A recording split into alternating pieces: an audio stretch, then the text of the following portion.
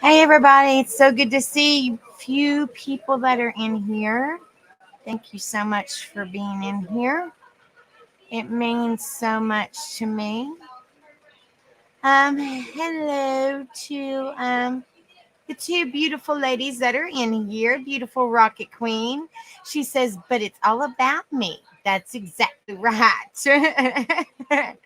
I love it, honey, and I love you, and thank you for being in here. I know you're working, darling, but thank you so much for coming in here, darling.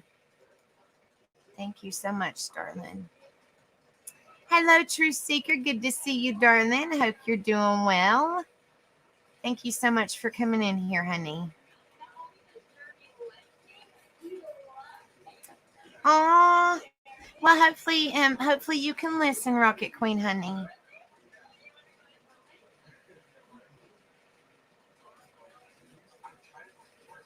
Hi, hello, Tiny Treasure. Good to see you, love. I hope you're doing well. I did not see the Facebook post, but did you tell everybody? I haven't been on Facebook much today, but did you tell everybody what your fur baby blue sky was? Because I guessed a baby girl. Did you tell everybody what it was yet? Because I'm kind of curious. But I hope you're doing well. So good to see you, love. I love you too, True Seeker, honey. Thank you y'all so much for coming in here and showing some support. Yes, thank you, Rocket Queen. I know you'll be listening, love. I understand. Hey, I understand people got to work, and the time difference is totally different. I understand because it's 10:40 p.m. here Monday night, and it's what, like 12 o'clock or 1 p.m. on a Tuesday. Hopefully I'm correct. Something to that effect. I might be wrong, but maybe like 12:30, 1 o'clock. Hello, Criminal Med. Good to see you, love. I hope you're doing well, honey. I'll take it off. I have my moments, guys. I can't help it. Make sure you guys hit that like and share. Hey, I was pretty close. I said 12:30 or 1 o'clock. Man, girl, I'm getting it. I am getting it. I was fairly close. I said between 12:30 and 1 o'clock on a Tuesday. Girl, I'm getting it. So you're exactly, let's see, I'm trying to think, like 14 hours ahead of us. Okay, see, let's see, 12 hours would be 10:40 a.m. 14 hours is 12:40 p.m. So you're exactly 14 hours ahead of us. I'm going to try to remember that. That's very hard for me too, but you're about 14 hours. You're about 14 hours ahead of us on a Tuesday. Well, I mean, whatever day it is, you're like the next day. You're the next day. So it's 12:40 p.m. or technically 12:41 p.m. on a Tuesday. So you're lunchtime on a Tuesday, and I am nighttime on a Monday. Yeah. I'll get it right here eventually. It's confusing.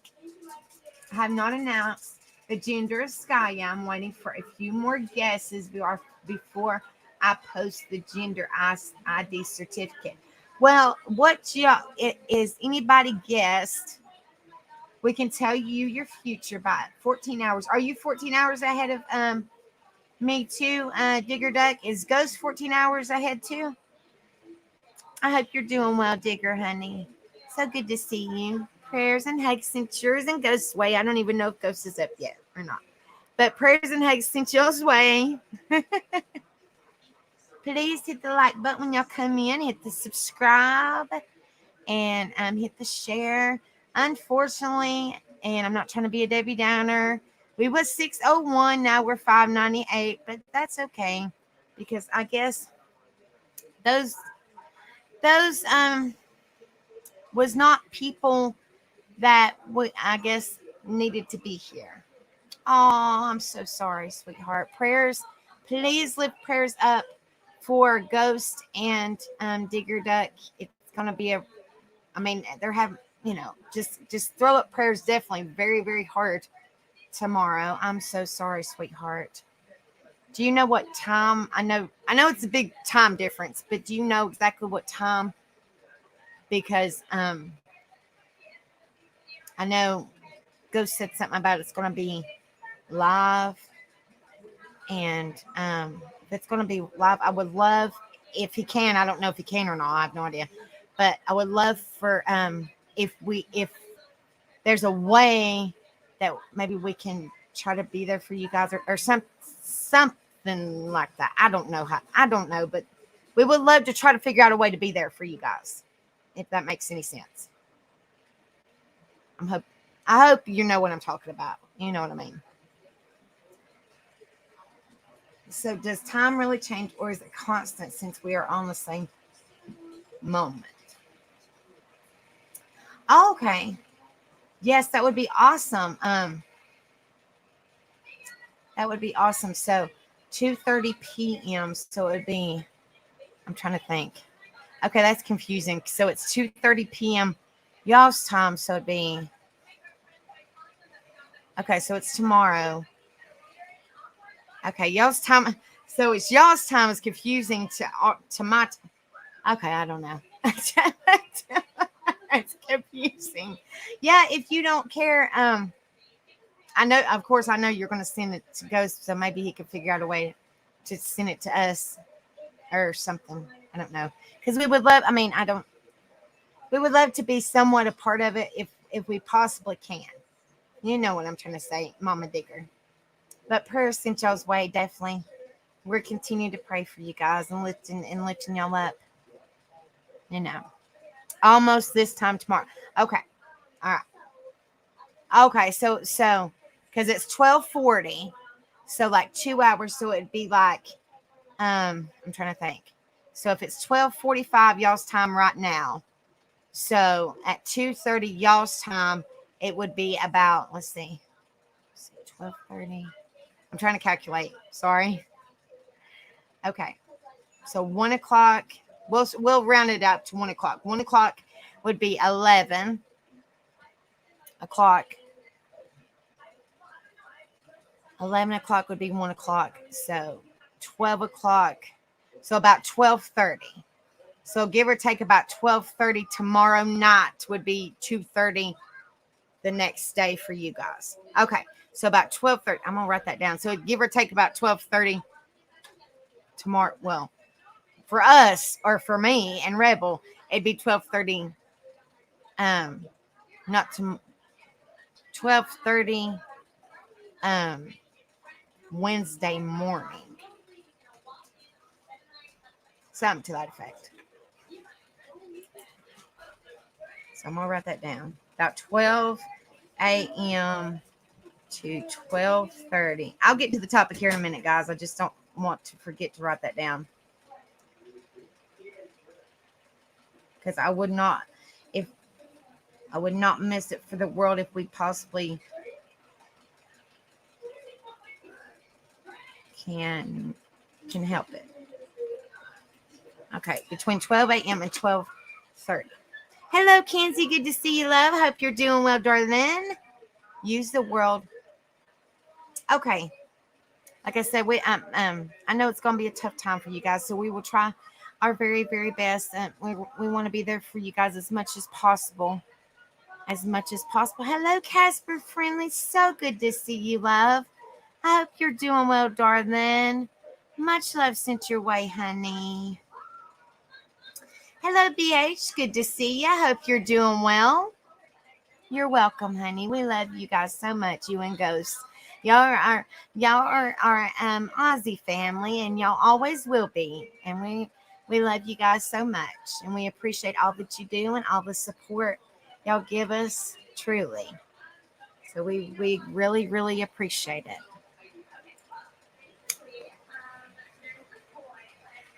All right. So thank you guys so much for coming in here. Please hit that like button, share, and subscribe. Okay. Let's see. Tonight we're going to be talking about what a self-centered person is. And how does it affect you? How does this pertain to mental health and well-being? If you have dealt with a self-centered person, what are your tips on dealing with these types of people. I know, darling. I know you miss him, honey. I know you do. You're like two peas in a pod. Where you see Mama Digger, you see ghosts. Where you see ghosts, you see Mama Digger. I know, honey. I know you do. I know you do, sweetheart. And I'm sure he misses you too. I'm sure he does, honey. So I said you're like two peas in a pod. Y'all's each other's sidekicks. I know, honey. But we love you guys both, and we're here, for support. If y'all ever need anything, we'll try to be there for y'all as much as we possibly can. And we're there in spirit. Just please know that. Please know that we are there with you guys in spirit and sending y'all's virtual hugs, loves, prayers, everything that we could possibly send you guys. We're sending that to you guys. Okay. All right. Okay, so we're going to pull up this information. Met lots of them. Yes. Unfortunately, there's a lot of them in this world. And they're in person, online. They're all, unfortunately, they are all over the place. A son who didn't bother wishing his mom happy 50th.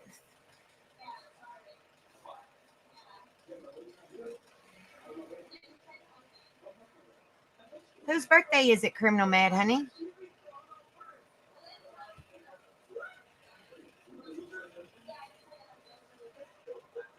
Oh, okay. Oh, you're talking about your anniversary. Oh, did you have a good anniversary the other day when when we all was dying laughing, or when we was all rolling in our chairs laughing so hard? Well, we love you, Criminal Mad here, honey. I'm so sorry you had to go through that, sweetheart. But hopefully you had a good one coming in here, hanging out with us and having some good laughs. Hopefully that you had a wonderful anniversary with you and your hubby and hanging out with us. So I'm hoping you had some good laughs and cheered you up a little bit, sweetheart. I'm sorry, I read your comment wrong, and then I seen your other comment. So I know what you're talking about now. I apologize, honey. All right, so make sure you guys, we got 12 watching, we got 9 likes. Please hit that like button, guys. All right, so let me pull up my information. This is, like I said, this is a topic night. And then tomorrow night, we also have a topic night. We do 3 topic nights. And then this is how we do it. We do 3 topic nights. And then we do, so Sunday, Monday, and Tuesday's topic nights, where we talk about whatever, I feel in my heart that we should talk about. And then, we bring awareness to it, support, whatever the topic is. We bring positivity. We shed positivity to it, whether it's mental health, well-being, whatever we're talking about. We shed positivity. We shed stories. Whatever. We just talk about it. And I'll bring up different information. So that's Sundays, Mondays, and Tuesdays is topic nights, or awareness nights, support nights, whatever you want to call it. That's what I call it. And then Wednesdays is open panel, where we come in and just shed a little bit of light, positivity, good vibes, just, be ourselves, but have positivity, no drama, nothing like that, no negativity. And then Thursdays is the tattooed couple. So I don't go live on mine. Rebel don't go live on his. We just go live together. And then Fridays and Saturdays is karaoke night here. So 3 nights are panel nights. Well, yeah. 3 nights are panel nights. 2 of the 3 panel nights are karaoke. So if you come up on panel on the karaoke, be prepared to sing. And then Wednesday night is strictly just open panel, where you can't talk. It's just talking.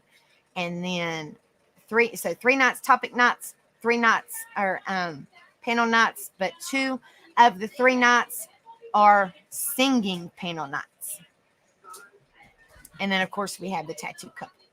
So that's what the schedule, not really schedule, but that's what. So we do happy medium, a little bit of mixture of a little bit of everything. So it's not just straight topic nights; it's a little bit of mixture of everything. All right, guys. So let me pull up my information. So that way I'm still bringing awareness, support, mental health. I'm still trying to be the good in the world. Still trying to be a positive change in somebody's life, still trying to help people, still trying to, do all, be the difference in somebody's life, encourage somebody, motivate somebody. I'm still trying to do that. I'm still trying to, show people the good in the world, be the good in the world, be a change in this, you know, the world's not so much evil as per se as the people in it are evil. Not all. I'm just saying, in that's what I'm trying to say. So I'm still trying to make a difference, and then we're still also having fun and being ourselves while we're doing it. So I'm still trying. We're doing kind of like a little bit of mixture of everything. All right.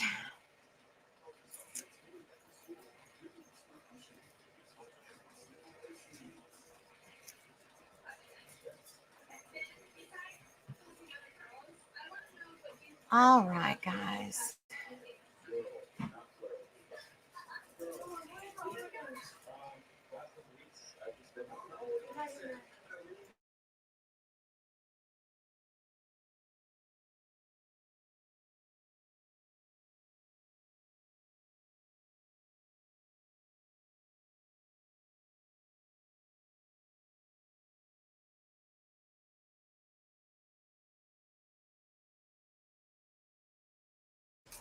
Sorry about that, guys. Trendy was asking me something.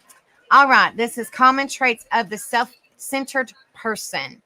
This is, she was looking for her Oreos. Yummy, yummy. This is from www.everydayhealth.com/healthy living healthy living common traits self-centered person. This was set in for November the 15th. I'm going to try my very best to make this a little bit bigger. Maybe y'all might. Okay, there we go. Maybe y'all can see it a little bit better now, because I know some people like to read. I can't make it any bigger. I apologize, but that's one reason why I go over it as well. It says it's no wonder why self-centeredness is typically viewed as the most unappealing personality trait in a potential friend or partner. Most of us struggle to maintain a sense of compassion and understanding towards others. Self-centered people, on the other hand, don't bother to take the time to understand another person's point of view or feelings. Here is a look into the world of self-centered person and an explanation of common personality traits associated with self-centeredness. An article for New Scientist magazine entitled Self-Centered Cultures Narrow Your Viewpoints recently reported that cultures that emphasize individualism, such as America, fail at being able to infer another person's perspective. Cultures that emphasize interdependence, on the other hand, like those in Asia, are easily able to put themselves in the shoes of others and be more empathetic. A Texas corporation aiming to improve productivity told its employees to look in the mirror and say, "I am beautiful," 100 times before coming into work. In contrast, the Japanese supermarket instructed its employees to begin their day by telling each other, "You are beautiful." The author Roxanne Kamazi wrote, "What is it about American culture that applauds being self-centered? And why is it that so many Americans take the bait? Our current culture not only supports but requests that individuals put themselves and their own happiness first." According to Mark Drummond, a psychologist who specializes in personality disorders. Hello, Lorraine. Good to see you, honey. Hope you're doing well. Being self-caring is considered healthy, but many mistake that for being self-centered. Young people today do not show the same amount of concern that youth of past generations express for the sake of their country or for current affairs that either directly affect or will soon directly affect them and their loved ones. Self-caring means that you have concern for others, but not at the expense of yourself. Those of today's generation have taken it to an unprecedented level and seem to take pride in being self-centered and for caring only about their needs and wants. Good night, I love you. They are completely self-driven and more concerned with their image and materialistic things than issues that affect the entire country and even the rest of the world, Drummond said. Self-centered people are not easy to spot. They are capable of being personable and kind upon meeting new people. Those who are self-centered know they are on some level and are usually aware of how unappealing the quality is. You're welcome, honey. It's so good to see you in here, Miss Lorraine. You can't really tell that a person is selfish immediately.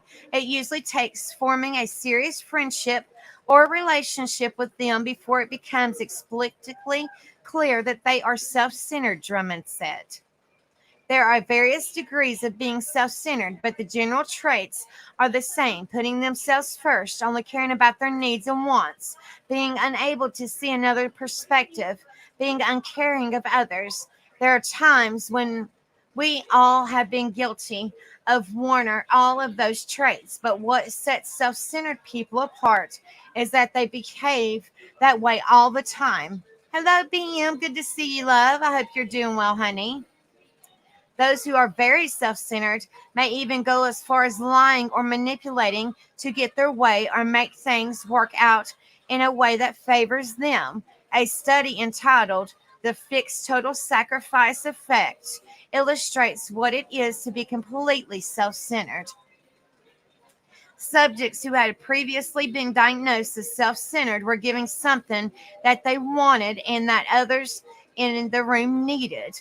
It was concluded that those who are self-centered use a two-stage reasoning in which they determine the amount they want to keep for themselves and then distribute the remaining amount, if any, among those who are actually in need.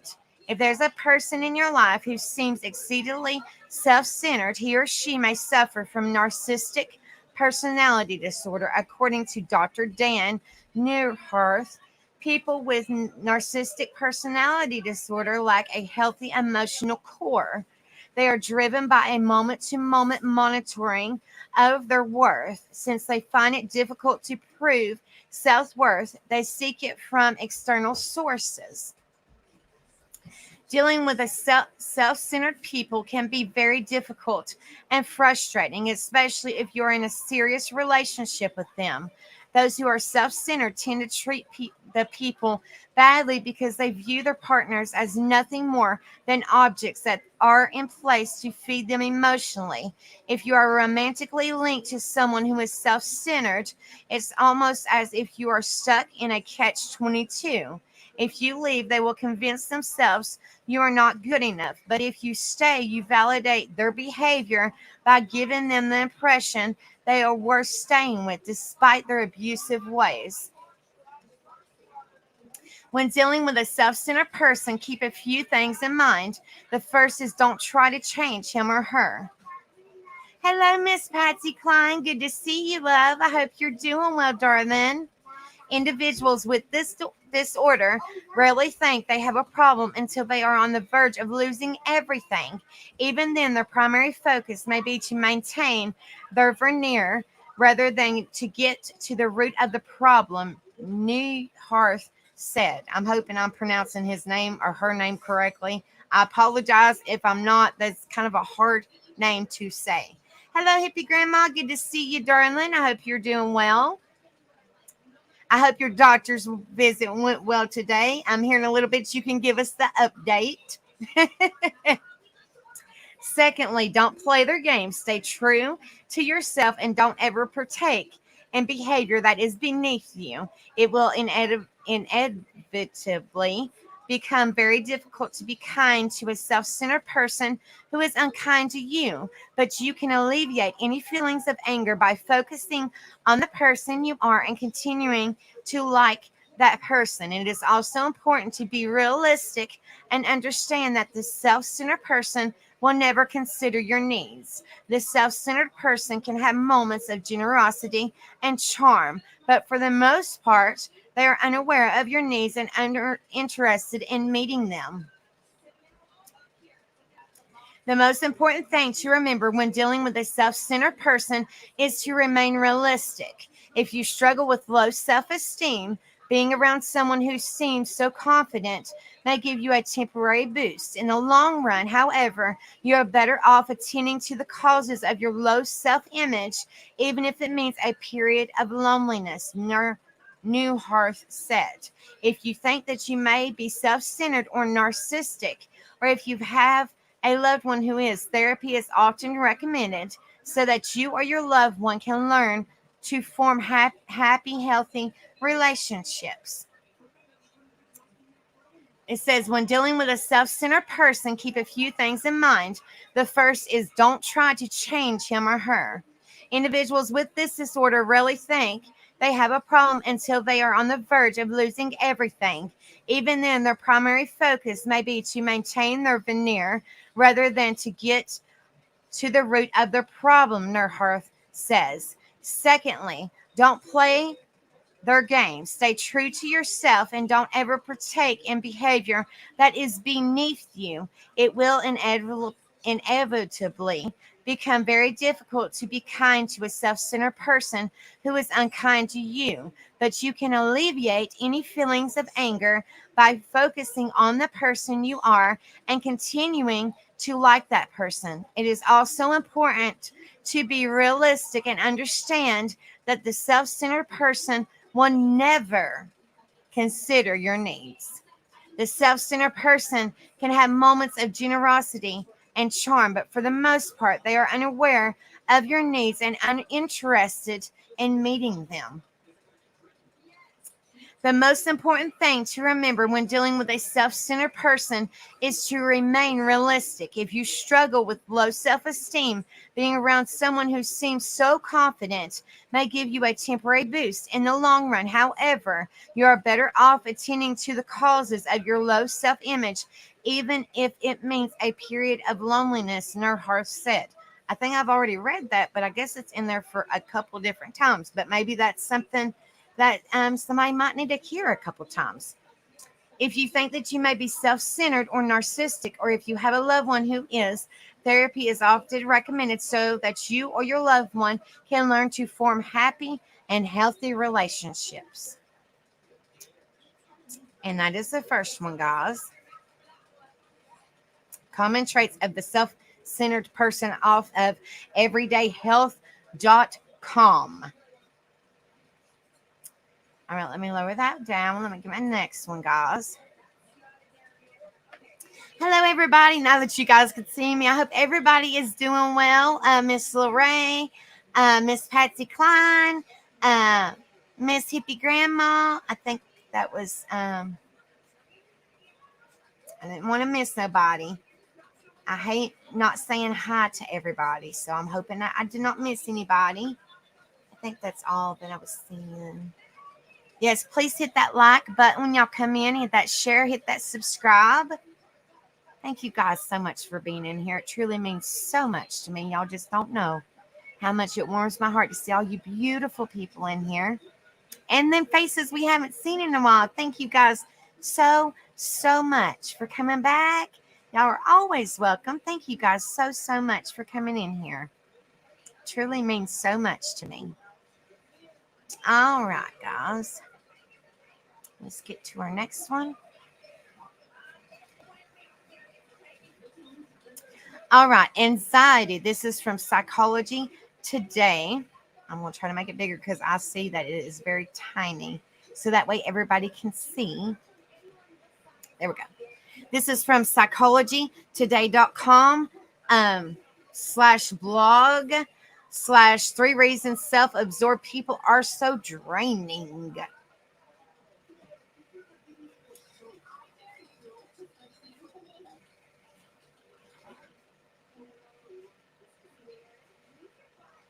Hold on just a second, guys.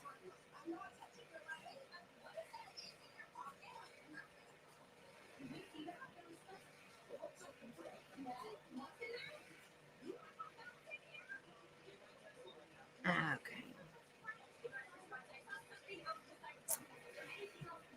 All right. Sorry about that. Anxiety, and this is from it looks like Alice Boyd's PhD in practice. Like I said, this is from Psychology Today. Anxiety, 3 reasons self-absorbed people are so draining. These essential skills can help you handle self-absorbed people. Signs that someone may be self-absorbed include consistently one-upping others, failing to notice cues of disinterest, and suddenly shifting from passionate to disengaged. Recognizing these signs can also help people identify moments when they themselves act self centered and change their behavior. Alternatively, behaviors that seem self focused can also be due to conditions such as social anxiety and autism. While narcissists get a lot of attention, people who are plain old self absorbed can also be draining and have as friends, colleagues, or loved ones. Here are some common interaction patterns of self absorbed people. Seeing these patterns clearly can help you feel less hurt or frustrated when they occur. Number one, and this is kind of like one of these people that exaggerate a lot. They stretch the truth, if that makes any sense. You've got a headache. I've got a brain tumor. I'm sure y'all have met some people like that. They stretch the truth, and it's like, Lord, have mercy. But anyway, number one, it says you might not be the most PC saying brain tumors are no joke, but it conveys the point well. Self-absorbed people like to one up others. They don't like to focus being on anyone else's distress, projects, or goals. If you tell a self-absorbed person or self-centered, it's the same thing, what you have going on, they will tell you about something bigger they're experiencing or doing. This could be positive or negative. For example, if you tell them about your C vaccine symptoms, they will no doubt have more severe symptoms. If you tell them about a craft project, they will tell you their plans to renovate their whole house. If you tell them about a success, they will tell you about a bigger one. Number two, they are immune to subtle cues. You're not interested in a topic. Self-absorbed or self-centered people see their interests and adventures through their own eyes. They assume what's fascinating to them is fascinating to others. They assume other people value the same things they do, which could be, for example, money, status, technology, travel, or aesthetics. They're wrapped up in their feelings of excitement rather than paying attention to their conversation partner's reactions. This self-centered perspective can result in them ignoring signs that their conversation partner isn't as excited as a topic as they are. Number three, self-absorbed people can run hot and cold. Because self-absorbed or self-centered people get very immersed in their feelings and endeavors. They can be inconsistent in their contact with their support people. They may want to talk to you often if they're excited and see you as an outlet for sharing that excitement. However, when they've moved on to another topic, they might move on to another person along with it. If you're not fulfilling a particular need for them, such as the need for emotional support, they may all but disappear. They may become very interested in you if they sense you may help them with a goal. Example, help you with their career. But then you go off, you it, if that doesn't pan out, or a new person catches their attention and seems more valuable. Recognizing self-absorption or self-centeredness in yourself and others. We all have flaws and everyone has a potential to grow. If you have insight into patterns that negatively impact your relationships with others, you can change those patterns. Make specific if then plans for how you'll change your behavior and practice. For example, if someone shares their news with you, keep the focus of the conversation on them. What if you recognize these signs in someone you love? As mentioned, recognizing a pattern can help you take it less personally when it occurs. It can also help you be more thoughtful about your response when you observe dynamic repeatings. If you're close to a person, for example, it's your spouse or adult child, and have a generally good relationship, then you might point out the pattern in a lighthearted way. You can also try being blunt rather than subtle. When you're not interested in a topic, you likely need to repeat these efforts more than once for them to sink in. Alternatively, or if the prior suggestion repeatedly fall, accept the person's patterns and seek the emotional support you need elsewhere. You may feel less frustrated if the person has some positive friendship skills, despite being self absorbed or self centered. Try reading the post 10 skills to look for in a friend, which we might go over that eventually sometime soon. There aren't right or wrong ways to handle a self absorbed or self centered person or anything that will work for all people and circumstances, so you need to gently experiment. Can these patterns have other causes? Sometimes people display these interaction patterns for reasons other than being simply wrapped up in themselves.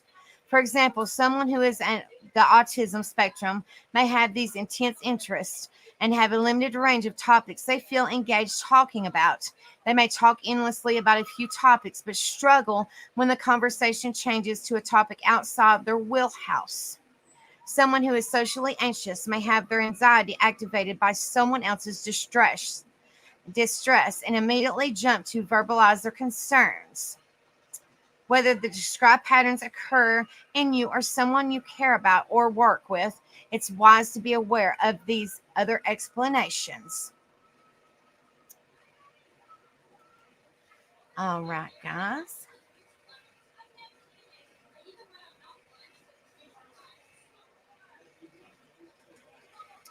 Hold on just a second. My eyes giving me a fit again, guys. I need to go to the stinking eye doctor. It's driving me bonkers.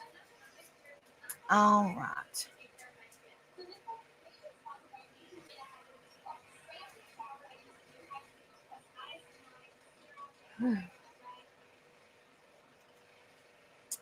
All right, guys. Let me get me a sip of drink before I go. Oh my goodness, my eyes are driving me crazy.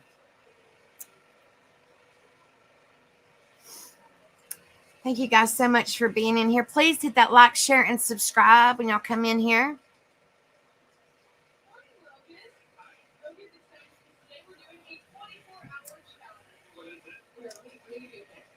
All right, this is from verywellmind.com, which I use this a lot when we cover our topics and our support awareness, what we go over.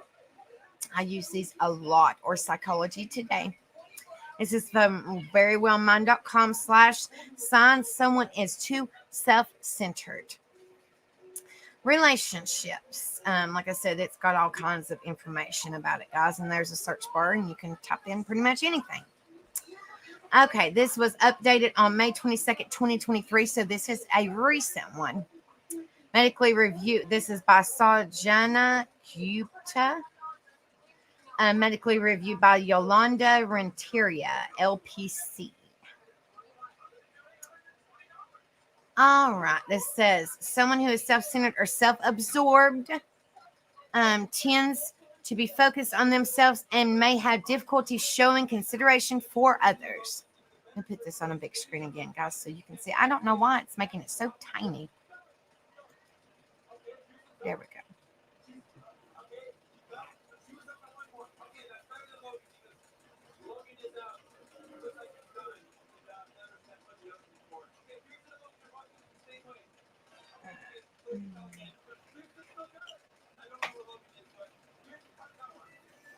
It says self-centeredness differs from self-care because while self-care involves taking care of your needs and putting yourself first once in a while, particularly if you're dealing with something stressful, self-centeredness involves thinking only about oneself. This article discusses the signs that someone is too self centered and suggests some strategies that can help you understand their behavior and cope with it. We also help you explore whether you might be too self centered and how you can be less so. What are the signs of a self centered person? Okay, Casper, honey, prayers for you. I hope that you get to feeling better, love. I love you too, darling. Much love, honey. These are the 6 signs that someone is too self-centered. It says they dominate conversations. You're welcome, honey. Much love to you, Casper. People who are self-centered tend to speak the most in conversations and meetings, says Amy Daramus, Psych D, a licensed clinical psychologist and author of Understanding Bipolar Disorder. When you talk to them, it can feel like a conversation only focuses on their life, their accomplishments, and their problems. They lack empathy. Being empathetic towards others requires one to put themselves in another person's shoes and understand their feelings. Self-centered people may not be able to see these things from another person's perspective in order to empathize with them. They take more than they can give. Self-centered people often take more than they can give. Your relationship with them can feel one-sided because it feels you put in all the effort to maintain it without getting anything in return. They want things done their way. People who are self-centered often want things done their way. They may have a hard time compromising and doing things someone else's way.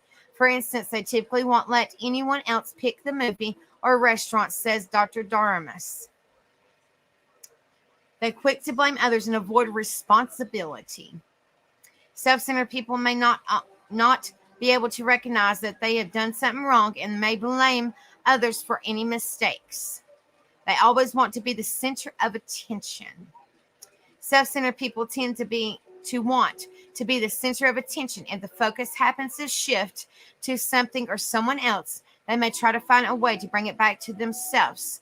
For instance, if someone tells a funny anecdote, they may interject with their own story and try to one up the person. Or if there's a situation that captures everyone's attention, they may find a way to insert themselves into the situation and make it all about them. A self-centered person may even try to comfort someone by telling them stories about themselves, says Dr. Daramus. Reasons why someone might be self-centered. While you may experience the impact of someone's self-centered behavior, it's important to consider that there are reasons why they may behave this way. These are some of the reasons why someone might be self-centered according to the experts. Upbringing. The person might have been raised in a way that taught them they didn't have to consider or include others, says Dr. Daramus. If they have been taught that it's okay to consider only themselves, they may not even realize how they come off. Rejection. Self-centeredness can also come from early feelings of rejection, says Dr. Daramus. The person may not have been heard or prioritized when they were young and therefore may have an intense need to feel seen as an adult, says Yolanda Renteria, LPC. Trauma. The person may have experienced something traumatic. The experience could have taught them not to rely on others and to look out for their own needs above all else. Social-cultural factors. Social-cultural factors can also contribute to self-centeredness. For example, in a society where people believe that wealthy people earned and deserve their money and low-income people must have deserved their fate, which I think is extremely sad and not right, because that's just being judgmental. The person might see their entitlement as rewards of doing the right job, says Dr. Daramus. Or she says that people might only be self-centered with the people they see as other. Mental health conditions. A 2020 study found that being self-centered and being unable to see others' perspective is linked to higher levels of depression and neuroticism. Hopefully, I'm saying that right, guys. Neurodivergence. Any condition that limits someone's social skills, such as social anxiety or autism, can sometimes feel like self-centeredness to people who are trying to connect with them, says Dr. Daramus. Sociopathy. Says people who have antisocial personality disorder, formerly known as sociopathy, may frequently disregard or violate the rights of others. If someone's self-centeredness stems from sociopathy, they might be aware of it, but they may not care, says Dr. Daramus. Says coping with someone who is self-centered. These are some strategies that can help you cope with someone's self-centered behavior. Tell them how you feel. While some people may have awesome awareness of wanting to be the center of attention and take the attention away from others, most people who do it probably don't realize that they are doing it or how their behaviors impact others, says Renteria. If the person is unaware of their behavior, you can have an honest decision with them about how their words and actions are affecting you. Most people respond to being redirected or can learn to be redirected, says Renteria. Suggest therapy. If a person is open to suggestion, therapy could help them examine their behavior, explore what's causing it, and learn to be more considerate of others. Assert yourself. If the person is being inconsiderate, you can assert yourself to make sure your needs and preferences are heard. Dr. Daramus recommends being diplomatic, but specific in your needs and preferences. For example, if you're upset and need to vent, but the person tends to monopolize the conversation, you can ask for their attention. Dr. Daramus suggests saying something like, "Hey, I had a wild day at work. Do you have 15 minutes to listen to me vent?" Or if you're trying to plan out an outing with them, Dr. Daramus says you can take charge and avoid getting them control over the decision-making process by saying, "We're planning to go for this movie. Would you like to join us?" Adjust your expectations. Being around a self-centered person can cause you to feel disappointed, upset, or angry if they're inconsiderate towards you. You may feel used because you're giving them so much of your time, energy, attention, and support without receiving much in return. However, recognizing them for who they are and adjusting your expectations accordingly can help you cope. For instance, a colleague who tends to be self-centered may not be the best friend you confide in and rely on for support, but can still be fun to hang out with once in a while.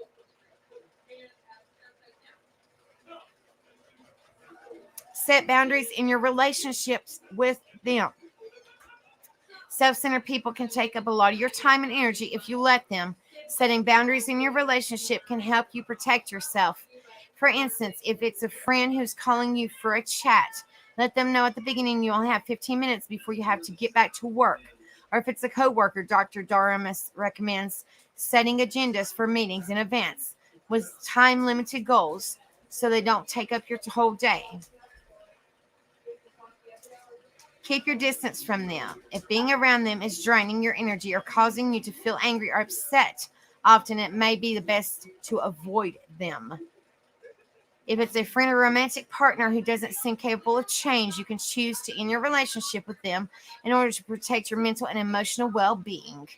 If it's a family member, colleague, or neighbor whom you may not be able to avoid entirely, you can limit your interaction with them to what is strictly necessary and distance yourself from them as much as possible. How can you tell if you are too self-centered?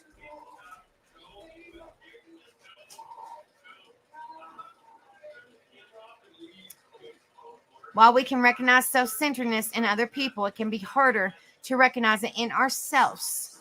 Dr. Daramus says these are some signs that can help you identify self-centeredness in yourself. You monopolize conversations. You tend to monopolize most conversations, meetings, and interactions when you're trying to connect with others. You do so by letting them by telling them about yourself rather than asking them about themselves. You don't really listen. You've had a hard time listening to others after a conversation, meeting, or date. You can't really recall what others had to say. Hold on just a minute, guys. My computer just got unplugged. Hold on just a minute.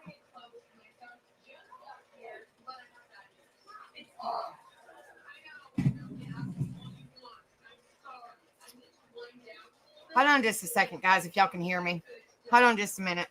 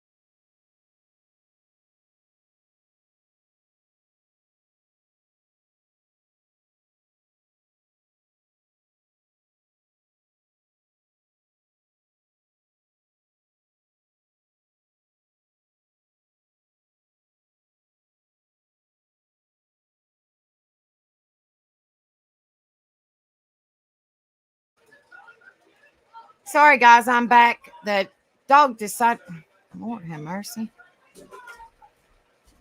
The dog decided to unplug my monitor, and I couldn't even see the stinking screen. I apologize. Yeah, the chat's froze up again. I have no idea, or disappearing. I have no clue. All right, I don't even know where the heck I was. I apologize, guys. All right, let's see.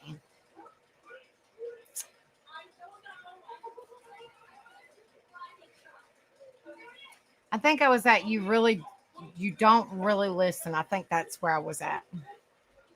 And of course, I lost people watching. It wasn't my fault. I apologize. Hopefully, they'll come back.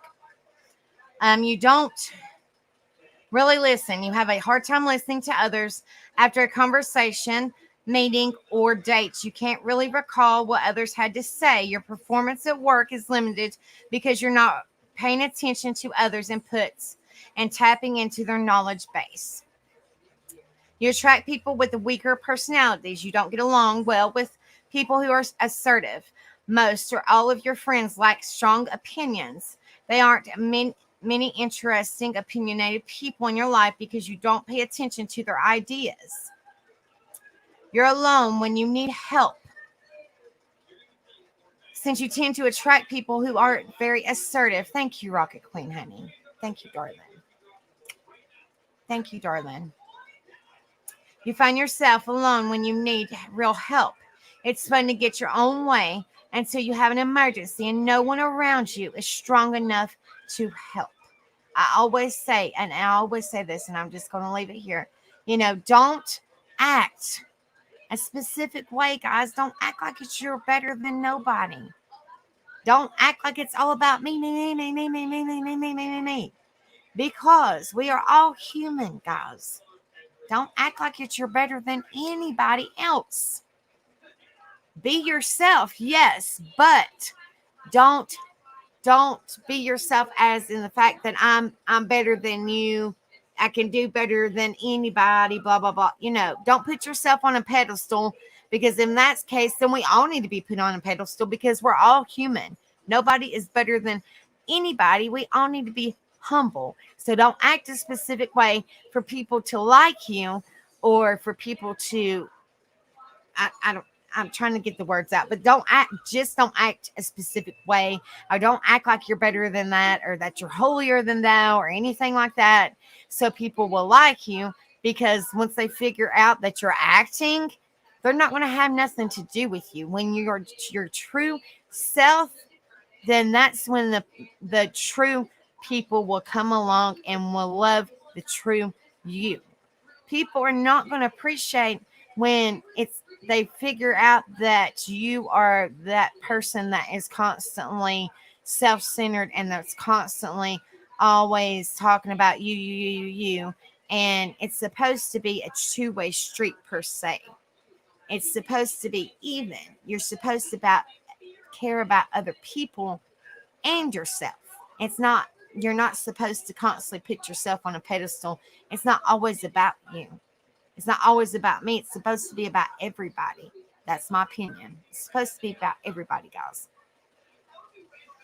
How to be less self-centered. If by chance anybody is self-centered, then maybe these little tips will help you be less self-centered. I think a lot of people need to be less self-centered if they are self-centered. Like I said, nobody is better than anybody else. We all put our clothes on the same way. We all go to the bathroom, and everybody's crap stinks. I don't care who you are.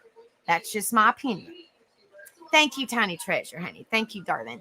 I love you. Thank you, sweetheart. It says, if someone in your life has pointed out that you're too self-centered, you may wonder how to correct that. Dr. Darman suggests some strategies that can help you be less self-absorbed or self-centered, whichever. It's the same thing.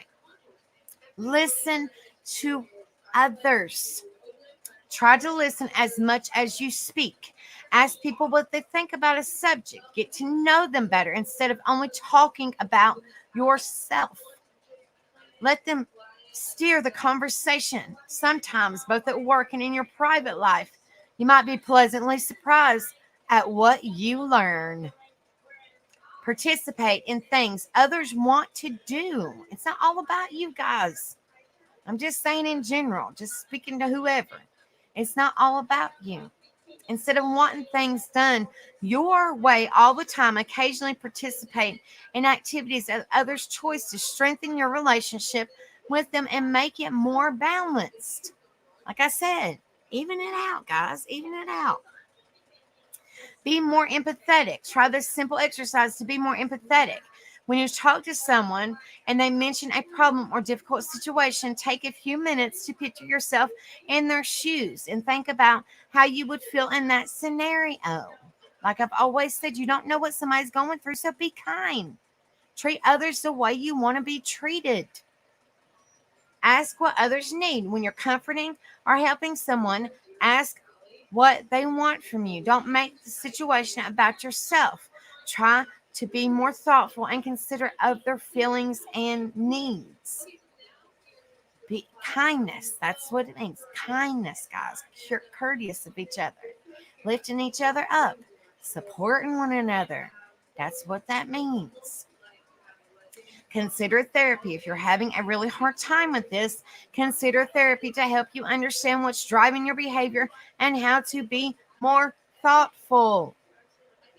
Research shows that while being self-centered can feel good in the moment, being selfless leads to more authentic and durable happiness.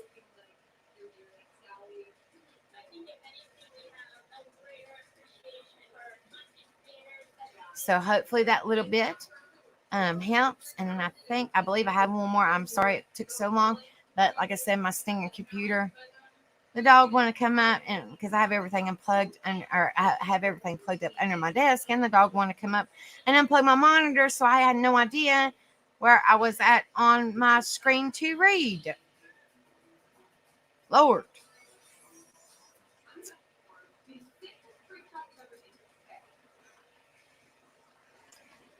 All right, it says how to handle, this is Health Essentials. This is health.cleveland and clinic.org / how to deal with selfish people. And this is Health Essentials, how to handle a self-centered person. This is November 4th, 2021. Mental health. Short answer, focus on yourself. It says, don't you just love it when you're trying to share some good news and someone butts in to one up you?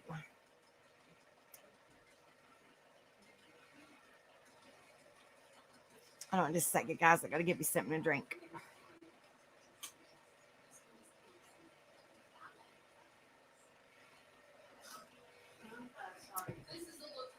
Or every time you start to talk about something you've experienced, the same person hijacks the conversation so they can be in the spotlight yet again.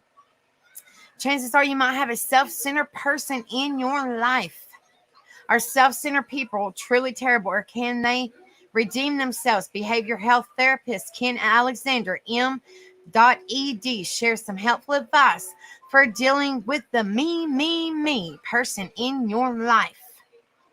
What causes a person to be self-centered? In a world of psychiatry and psychology, when we come across what we refer to as self-centered people that can fall under the diagnostic category, which we refer to as personality disorders. Two personality disorders might apply. One is known as histrionic personality disorder, and the other is called narcissistic personality disorder. Says Alexander. The American Psychiatric Association, APA, defines a histrionic personality disorder as a pattern of excessive emotion and attention seeking. You might notice that people who are living with this condition may be uncomfortable when they are not the center of attention. They might also display rapidly changing, exaggerated emotions, or might draw attention to themselves through their appearance. But people living with histrionic personality disorder aren't cold by nature, and they can still be quite empathetic. On the other hand, those who are living with narcissistic personality disorder can crave admiration but don't feel the need to be empathetic. These individuals have a heightened sense of self-importance. They have no problem taking advantage of others, and they can be very entitled. Alexander says that these personality disorders can develop during childhood or they might occur later in life. It's also possible for someone to be born with them. Is it good to be self-centered? Surprisingly, being self-centered can be a good thing from time to time. From time to time, not all the time. Now, we are not talking about the obnoxious or aggravating version of it. Instead, think about it more in the self-care sense, like when you could use some time to recharge, so you avoid being around someone who is quite draining. According to Alexander, being selfish in this way can help protect your ego strength. Everyone is self-centered to a degree. To a degree. We need self-centeredness just to maintain our ego strength. Establishing healthy boundaries is key when dealing with self-centered people because in many cases you might be dealing with family and friends. You're not just going to dismiss them, so you need to have a strong set of boundaries in place mainly to protect yourself. When your ego is strong, you can handle stress and frustration better, and you can resolve internal conflicts and emotional problems before they lead to more anxiety. Can a self-centered person change? The first thing to keep in mind when dealing with a self-centered person is they're not going to change, and you won't be able to change them either. Preserve your sanity by accepting this and establishing strong boundaries, as Alexander mentioned before. Their behaviors that these individuals resort to will become intrusive if the people around them do not have a healthy set of boundaries to help deflect what is perceived as unacceptable behavior. It is up to us, the non-self-centered individuals, to establish these boundaries for self-care and our well-being. Alexander says intrusive behavior includes questioning when you don't give into their demands, manipulation, using people for one's benefit. Tips for dealing with a self-centered person. It can be overwhelming to think about your next encounter with a self-absorbed person in your life, but you really shouldn't overthink it. If you need a little help, keep these tips in mind. Don't take anything personally. You cannot internalize these interactions nor take them personally, because the minute you begin to personalize these types of behavior, you're in trouble. This just sets you up to be manipulated in some way, shape, or form, or influences you in the undesirable way. Set limits. They're going to do what they want, but it doesn't have to impact the way that you do things. Establish healthy boundaries. Alexander adds that establishing healthy boundaries will make it easier for you to communicate your needs during interactions with the self-centered people in your life. And if the dynamic is constantly stressful or draining, you need to withdraw. Limit your interactions to positive ones. Make time and space for positive interactions because there is some good there somewhere. On the other hand, limit how often you're around self-absorbed people because it can make things much healthier for you.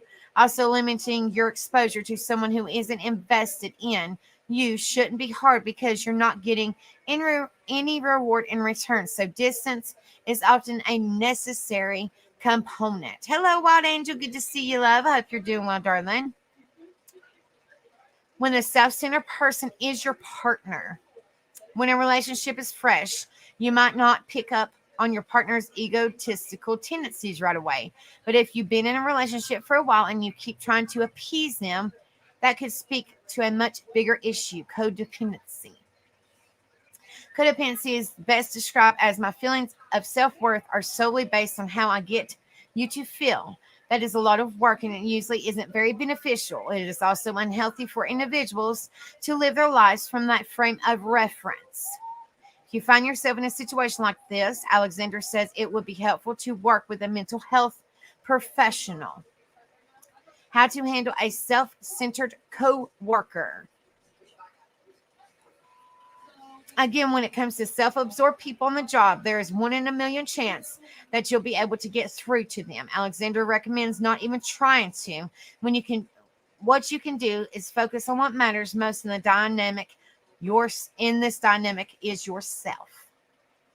If you go into with expectations that are going to start doing things differently, you're going to have trouble, because that's in all likelihood not going to happen if it's the type of thing where you're up against a personality that you're not fond of, but they're getting the job done efficiently.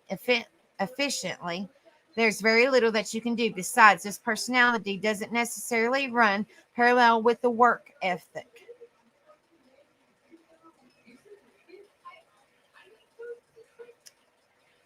That probably wasn't the answer you expected, but if you need a surefire way to not let the egotistical coworker get under your skin, Alexander has this to say. The bottom line is this, and it's very universal. If you find yourself becoming frustrated, say to yourself, the only person who have control over me is someone wants to rent out space in my head. I'm the only one who can put out the vacancy sign. All right, guys. Hopefully that helped you guys see a little bit more perspective of the self-centered or self-absorbed, whichever you want to say it, person. Well, I don't know. I don't know why in the world. What in the world is the matter with this thing? Hold on, guys. Well, hold on. There we go.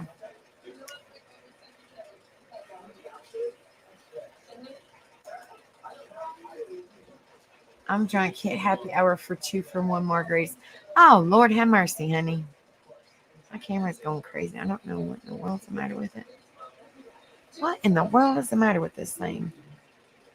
There we go. Might be a little better. All right. So, what did y'all think about the information that I went over?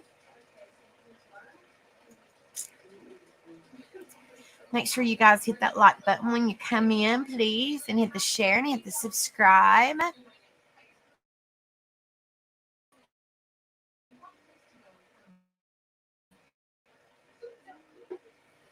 There we go. That's a little better.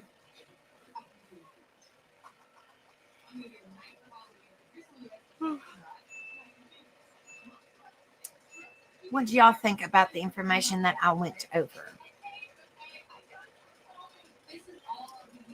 Oh my goodness, my eyes are giving me a fit yet again, driving me darn crazy. On Angel, what do you think? I know that you're drunk, but what do you think about a self-centered person? What do you think about it, honey? What do you think about it, Rocket Queen? What do you think about it? Let's see. There's only 5 people in here. What do you think about it, Kristen? Or I don't know who else is still in here.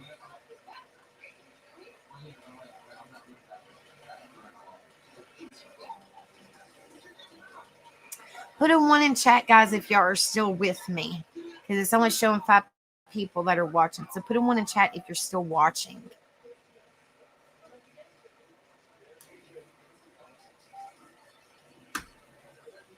Some people must be on live, so there's not a whole lot of people in here right now, which that's okay. Like I said, 5 people could make a difference. You never know.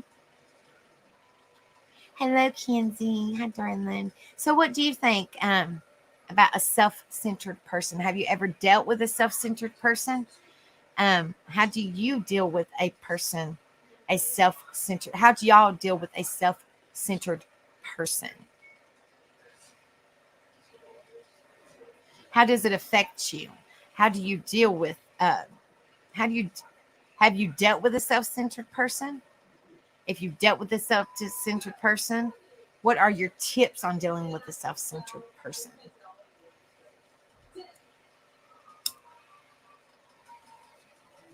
Criminal Med said, I live around several of these folks and it drives me nuts. Absolutely.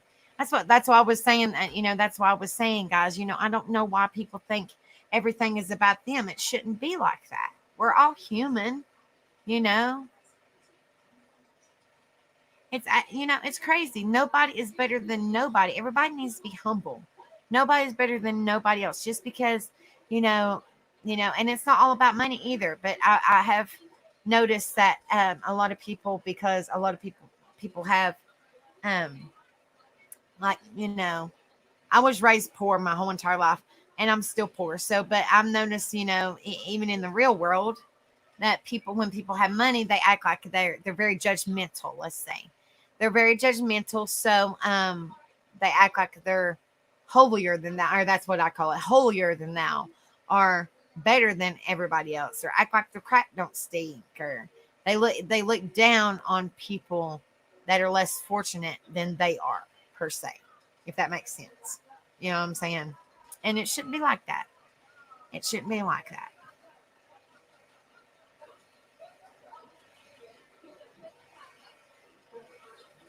And unfortunately, um, there is quite a few of them.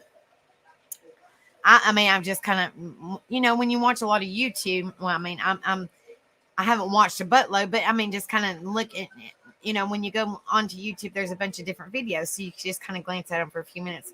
Like, you can sense people who are self-centered and who are not. You can sense good people. You know what I mean? You can sense them. So you're like, wow, like that person's all about themselves. You can just tell. You know what I mean? You can just tell. You know. Um, my sperm donor is actually very extremely self-centered. It's very selfish. These people that are self-centered, they're extremely selfish people, in my opinion. They're extremely selfish people because it's all about them. It's all about their way or the highway, as the old saying goes. And that's not right. That's not right.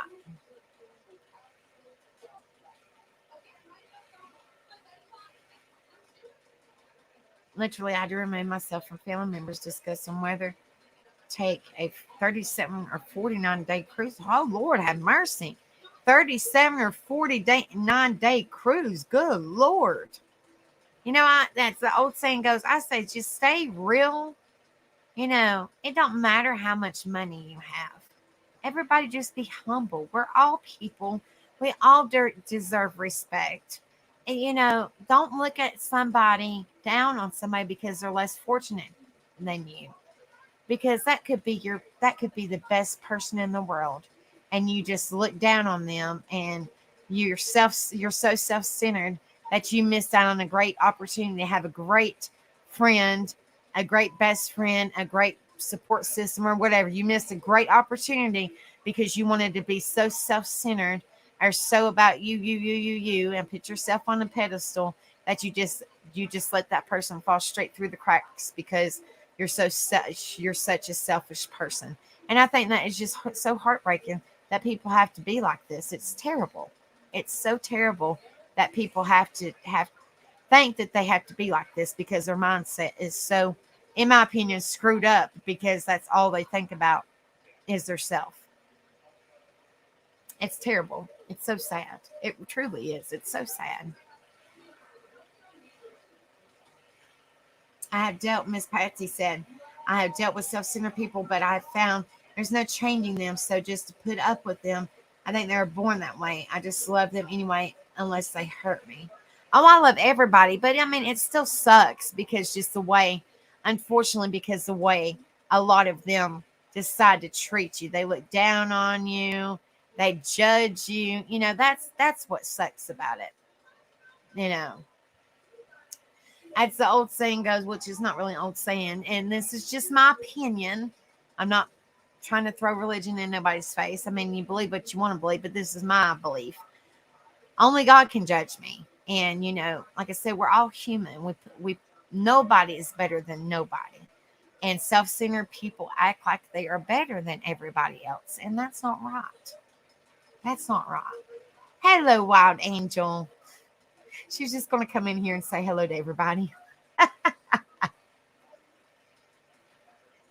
But yeah, like I said, I give everybody the benefit of the doubt unless they screw me over, or something to that effect. But, I still think it's wrong because it's just the way that people treat people. It's just terrible.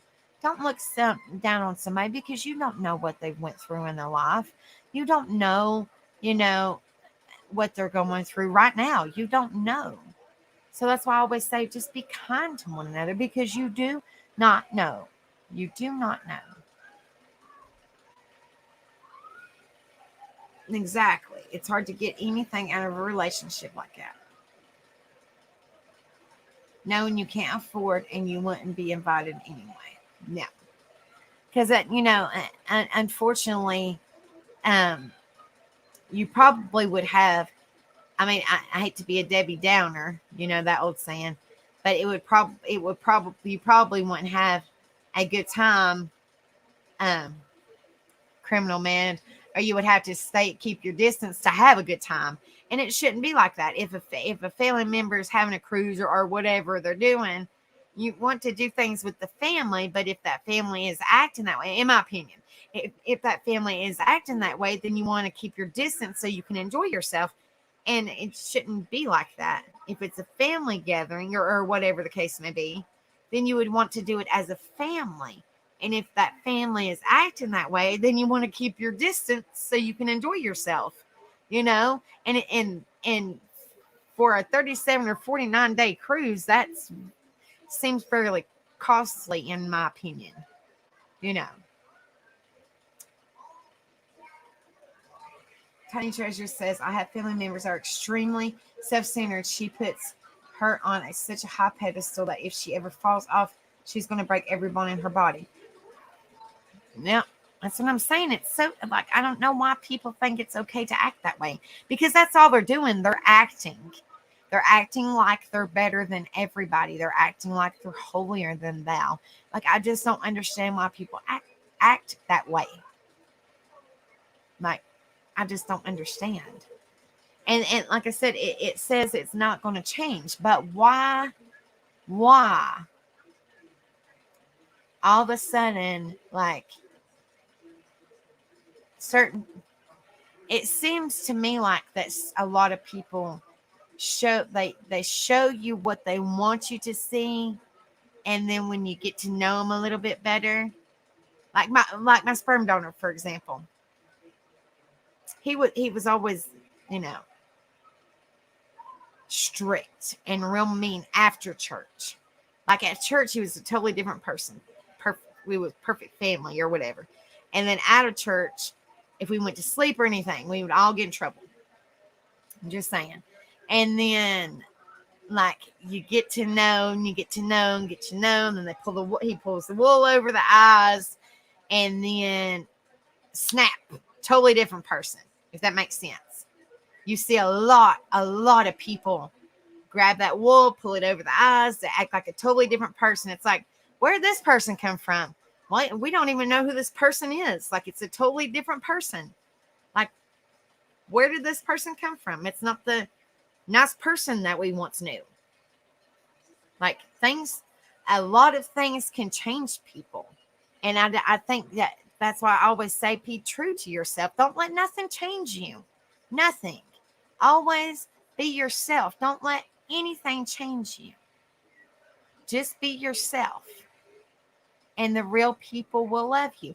Because if you act a specific way and you change because of a specific whatever the reason is, and people are going to figure you out, and then people are not going to be around you because you changed, in my opinion.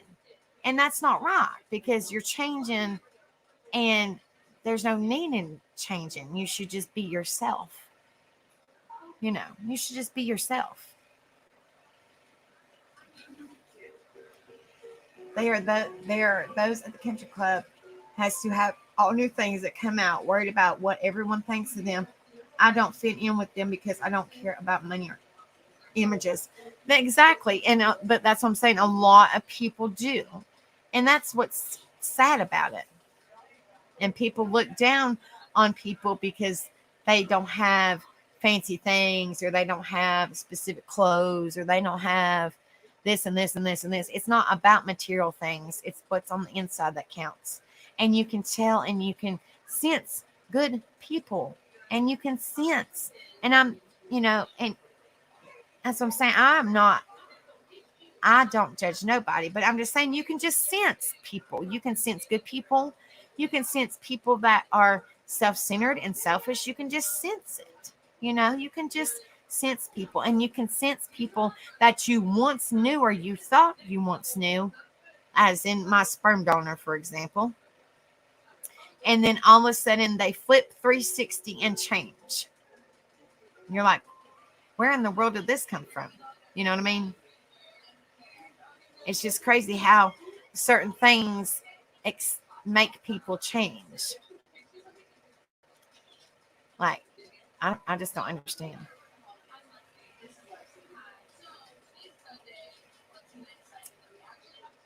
I like my 1970s band shirts, tie-dye and comfy. I do too, honey. I do too.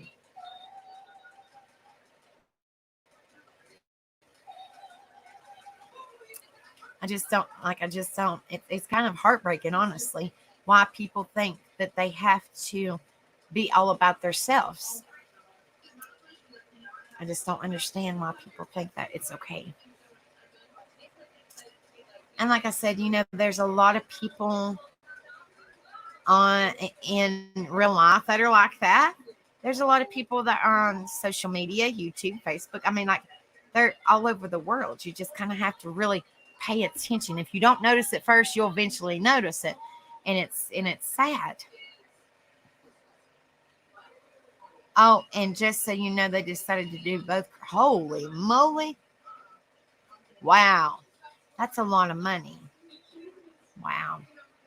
I'm sorting up all my treasures in heaven. Having too many material things here is not worth it because I've never seen someone load up a U-Haul. Exactly. You can't take it with you. And like, all these people, like I was saying, like I've said before, and y'all have heard in my stream, you could be a billionaire and all about self-centered because you have a buttload of money, we'll just say. And because you acted like you were holier than thou or self-centered and you was better than everybody else and you didn't have no friends. So you have all this money, or you had friends, but they weren't friends because you had all this money. So you acted a specific way so people would come, people would follow you, but you wasn't being your true self because you had all this, right? Well, you could be a billionaire or whatever, and or a YouTuber with a billion followers. I'm just saying, as an examples. Okay. Well, if something happened, I'm just saying by chance, if something happened but you can't take those subscribers when you go, you can't take that money with you when you go. So, and then when you go, they're going to go somewhere else. So they're just following you. They're just there with you because of as for YouTube's wise, because of your subs, because of, and for the billionaires or millionaires, because of your money. But like Kristen said, when you go, you can't take them with you. So you might as well just be true to yourself now.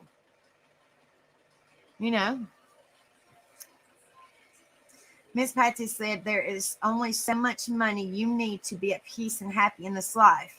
The problem is when people have a lot of money, it's never enough. There is a big difference in needing and wanting. Absolutely. Absolutely.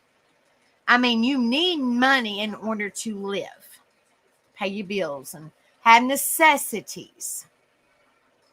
But your needs completely overturn your wants.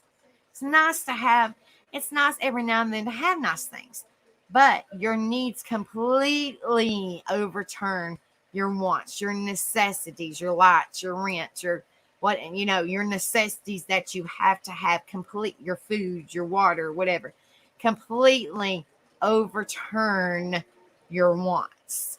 But I think with a self-centered person, they're like, they have everything covered and still get whatever they want and they don't care.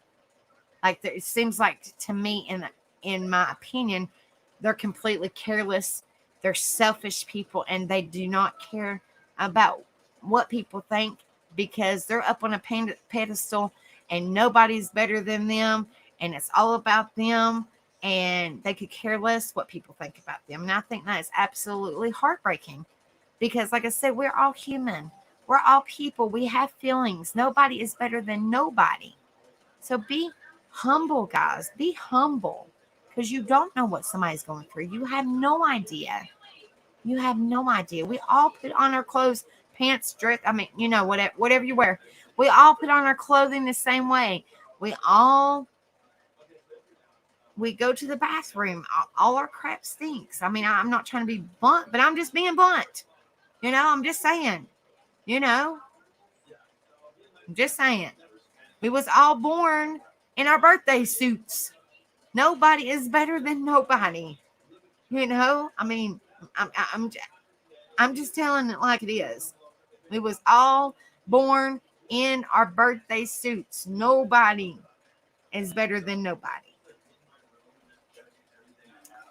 I agree at Patsy Cline. I've never been at a death where they wish they had brought more stuff. Never. And I have seen a lot.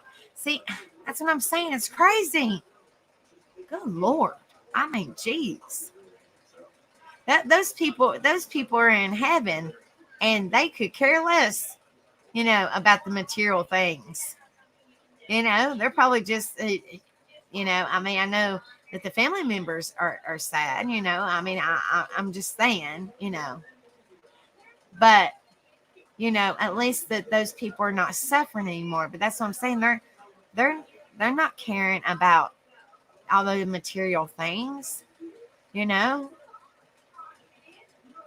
it's sad. Money isn't the root of all evil. The love of money is. But money is the most important thing in when money is the most important thing in life, it ain't. Mm-hmm. That's what I'm saying. You just, unfortunately, as I say, bills can't pay themselves. So unfortunately, you have to have money in order to pay your bills, your necessities. But unfortunately, they can't pay themselves. So unfortunately, you do have to make a living. But it's not, it's not all about your wants, as in self-centered people. Me, me, me, me, me, me, me. It's about your needs and what you need to live. I've seen some miserable rich people. That's what I'm saying. That's what I'm absolutely saying. I haven't never met nobody, but like, I mean, if there's a billionaire, millionaire, whatever, they only have all these so-called friends because they have all this. Well, if all this disappeared, they wouldn't have all these people around them. They're only there because they have all these so-called friends because of the money. If the money disappeared, those people would also disappear. So that's what I'm saying. Just the same as like, subscribers on YouTube. If something happened to that person, like, people that have like millions of subscribers, like a bunch, I'm just saying an example. Like, same in real life. If that person had, millions of dollars, if the person on YouTube had millions of subscribers, they're there because they're popular. But if they was no longer there, those subscribers would go somewhere else. It's kind of like a domino effect. If something happened to that millionaire, they're going to go somewhere else because that millionaire don't have no more money, or it's passed to their family members. I mean, whatever the case may be. Okay, same as YouTube or Facebook or whatever. I mean, I'm just saying in general. If they have a lot of friends or TikTok or whatever, if something by chance happened to them, those subs, those followers, those whatever, friends, whatever, they're going to go somewhere else. They're going to go to the next biggest thing, if that makes sense. I'm just saying, like, I just don't understand. I really don't understand why people have to act that way. Just my opinion, guys. Just my opinion. Why people have to be so much about them. Jackie Kennedy and my mother both had an illness. They never wore an outfit twice. My father is still paying off charge bills, and my mom. Oh, I'm so sorry, Criminal Man, honey. They never wore an outfit twice. Wow, I have outfits from years and years ago. It's got holes in the shirts and stuff, but Lord, I still love them. I mean, like I said, I'm not no better than nobody. I don't care. Lord have mercy. Don't bother me none. If it's and that means it just makes it more comfortable. I'm not no better than nobody else. I don't care.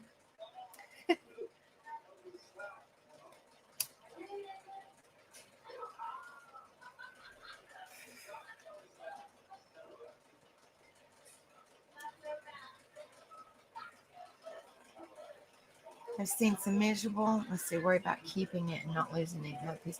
Mm-hmm. It's absolute. It's just sad. It's just sad that people have to think that it's okay. He made he made me buy her a complete new outfit. Wow. Wow. That's crazy. Yeah, I wear my honey, what are you talking about? I wear my clothes out too. I do too.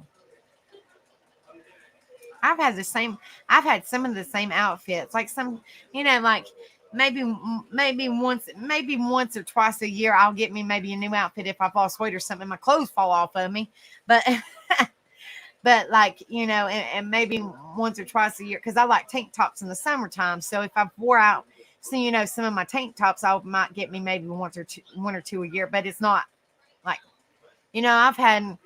Some of my outfits ordered like 10 plus years old, but I don't care.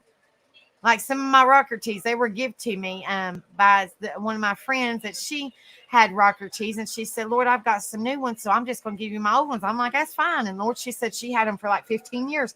I'm like, "That's fine, I'll wear them." And you can tell that she had them for a long time, but I don't care.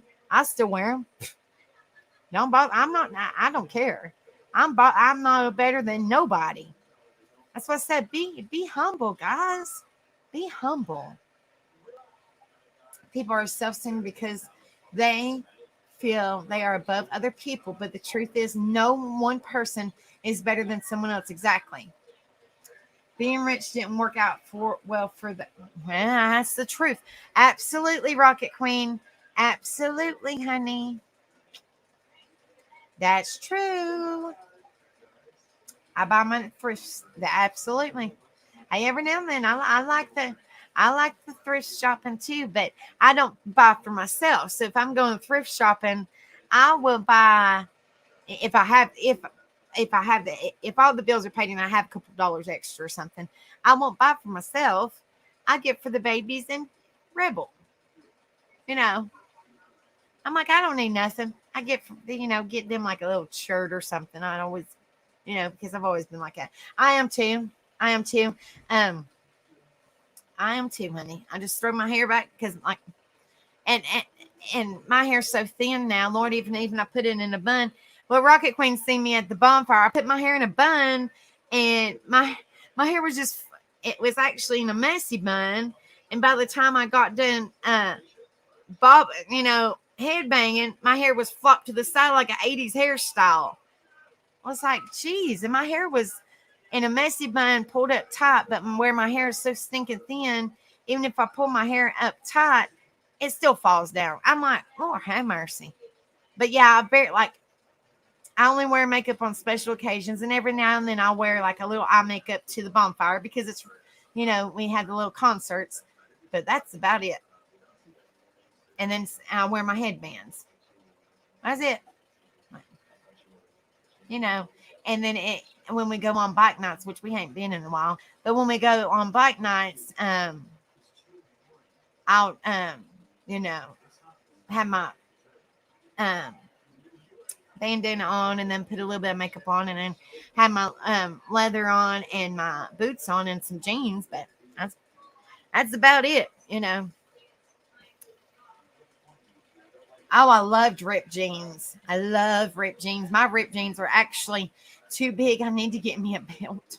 My ripped jeans are really too big for me. Really too big for me. I'm gonna have to get my belt on and like bunch, like I don't know, figure out a way to make them so they fit me. But then they're gonna be all bunchy. You know, when you lose weight and you get you some jeans, but I would never get rid of them. Like I'll keep them, but I'll have to figure out a way to, because they're gonna be too big for me. So I have to figure out a way to bunch them up or whatever. But with a belt. But I hate it when you lose weight and your jeans, you have to wear a belt or whatever, or get them hemmed at the side, which I don't know how to sew, but get them hemmed at the sides or whatever, tuck in or whatever they're called, taken in. So I wear a belt, but then when you pull the belt tight to make sure your pants don't fall off, they bunch up on the sides. I'm like, geez, I'm telling you, can't win for losing.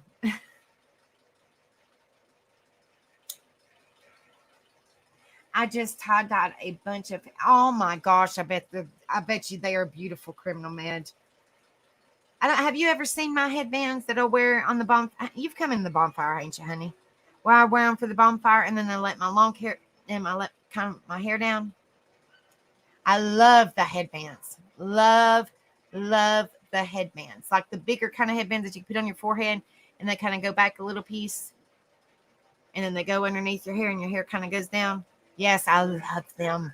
Love them. Love them. Are they considered? I mean, like you can get them at biker stores. You know, I mean, you can get them probably anywhere, but that's where I bought mine. And Lord, I've had them for forever. Some of them have Harley Davidson on them. Some of them have, like I have one that's hearts, and it has a key opening, and it has angel wings on the sides. Love them. I have one that's purple, and it has kind of like or like Rocket Queen says, it has bedazzles all over it. And then I have another one. It's actually tie-dyed, and it has it's Harley Davidson. Like I said, I've had them forever. It's Harley Davidson, and it's got angel wings all over it, but it's tie-dyed. Then I have a skull one. I have several, and I love them. I love them. But it's something that like you can wear, like if you go riding, you can wear it to keep your hair back, and then you wear your helmet over it. You know what I'm talking about, the headbands. I'm very self-conscious, and I hate that the way I look. I don't like much about myself, but that it's because I was raised by a family that were very self-absorbed, rich family that believed images and everything. Well, we love you, Kristen, and we think you're beautiful, darling. So don't tell yourself any different, sweetheart. We love you. You have an amazing voice, and we support you here 100%, and your family to us. So don't ever think no less of yourself, honey. Think positive. You're an amazing person, a beautiful person, amazing friend, and God loves you, and we love you too, darling. So don't think no less of yourself, honey.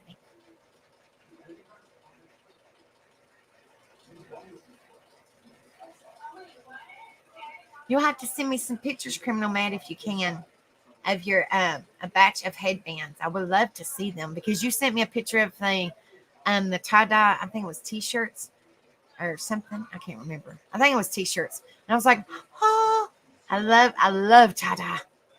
I don't have any tie-dye. I have some tie-dye t-shirts, but I don't have no tie-dye tank tops. I'm not good on tie-dyeing. So I might have to try to scrounge up some money and try to find me a tie-dye t-shirt. I mean, tie-dye tank top. I'll get it right here in a minute. Lord, I can't even talk. But my thing is, I love tie-dye. Don't get me wrong. Like the tie-dye t-shirts. I have one tie-dye t-shirt, and it's really pretty. I haven't worn it yet. And I've had it for years. Like seriously, I've had this stuff for years. And it looks brand new because like I'll just throw it in my dresser drawer, and I'm like, I forget, honestly, I forget about it. And I'm like, where? Oh, man, I got this for Christmas 7 years ago. I mean, I just throw it in my dresser drawer. And honestly, I'm just like, oh, okay, well, I'll wear that today. And it looks, like it's brand new.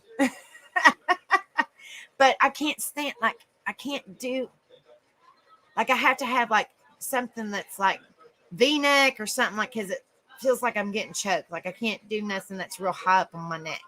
Like, that's why, like, if y'all see me wearing a t-shirt, I always have to, like, because I feel like I'm getting choked. So it has to be like V-neck or something, like, you know, a scoop neck or whatever it's called. Like, I can't do nothing that's real, because I don't want to feel like I'm, you know what I'm talking about. I don't feel like I don't want to feel like it's real tight on my neck. So, like, if y'all see me wearing a t-shirt, I'm like constantly pulling. Like, I can't. Yeah.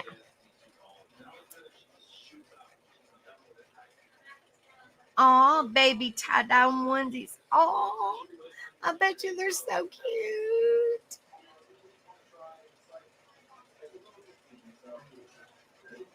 Oh, and you know what? I have seen these and I want some so bad.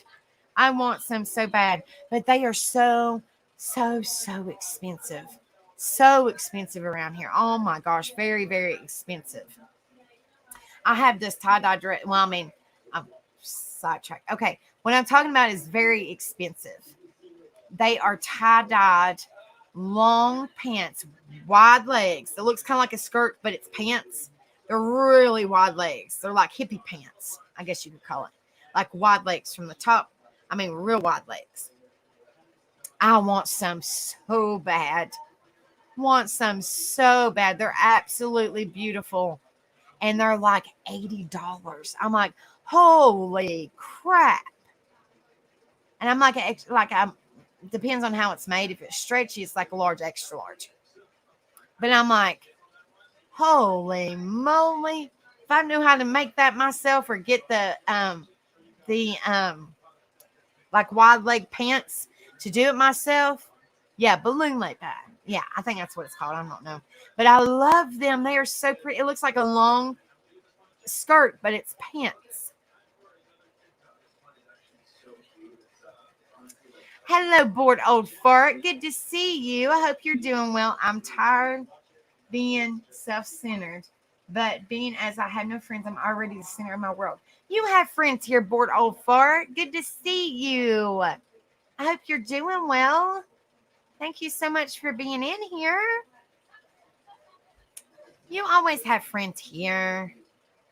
Yes, but they're like I said, they're like $80. It's placed here in Bristol, Tennessee, or Bristol, Virginia, and it's called. You might have to look it up, Criminal Man. Just kind of if you're kind of curious. It's called Misty Mountain. I don't know if you've heard of it or not. It's in Misty Mountain, and they have all kinds of tie dye stuff, all kinds, but it's really expensive. And I was like, oh. And of course, when you go up in sizes, of course, it's more because of the I guess because the fabric they use or whatever. But that's absolutely beautiful. And then I have this tie dye dress. One day I might wear it. And Lord, it's old, but oh my gosh, I love it. It's sleeveless and then it kind of comes down a little bit, and it's real flowy. It's layered and it's real flowy, and it's just a summer dress, and I love love love it. And it's old. Lord have mercy, I've had it for like 12 years. It's old, but it is so pretty. That's the result being raised by a family where everyone is self-centered. Now I feel self-conscious about myself. I don't live that way now. I'm very simple. I don't care about material things. Well, we love you, Kristen, or Tiny Treasure. You're always loved here, honey. You're a beautiful person. We all love you. You're an amazing person. I love bell bottom pants too. I love bell bottom pants. I want some so bad. I want some so bad. See, I think, like I was very sheltered growing up. Like you can ask Rebel this. I was very sheltered growing up. So the things, and like I said, wants, needs, two totally different things. But I'm just saying, I was not allowed to wear pants until I turned 18 years old. So legal adult age, I was not allowed to wear pants until I turned 18 years old. I wore culottes, if y'all even know what that is. It was it looked like a skirt, but it was kind of like the long pants like I'm talking about, but they were shorter, came a little bit below the knee. They were kind of like your Bermuda shorts in a way, but really wide legs, and was split in the middle, and they was hand sewed, so there was different designs and stuff, and there was really wide legged, but it looked like a skirt, and they were called culottes, and I wore them for most of my life, and of course I got made fun of and stuff, and then I wore skirts.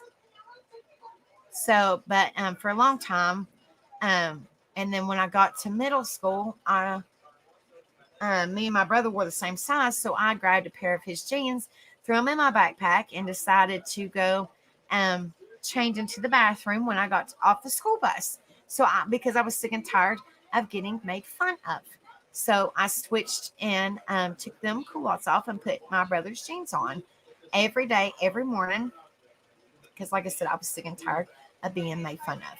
And so I put his pants on, and then before school let out, I switched from the pants to the culottes, and then put my culottes on.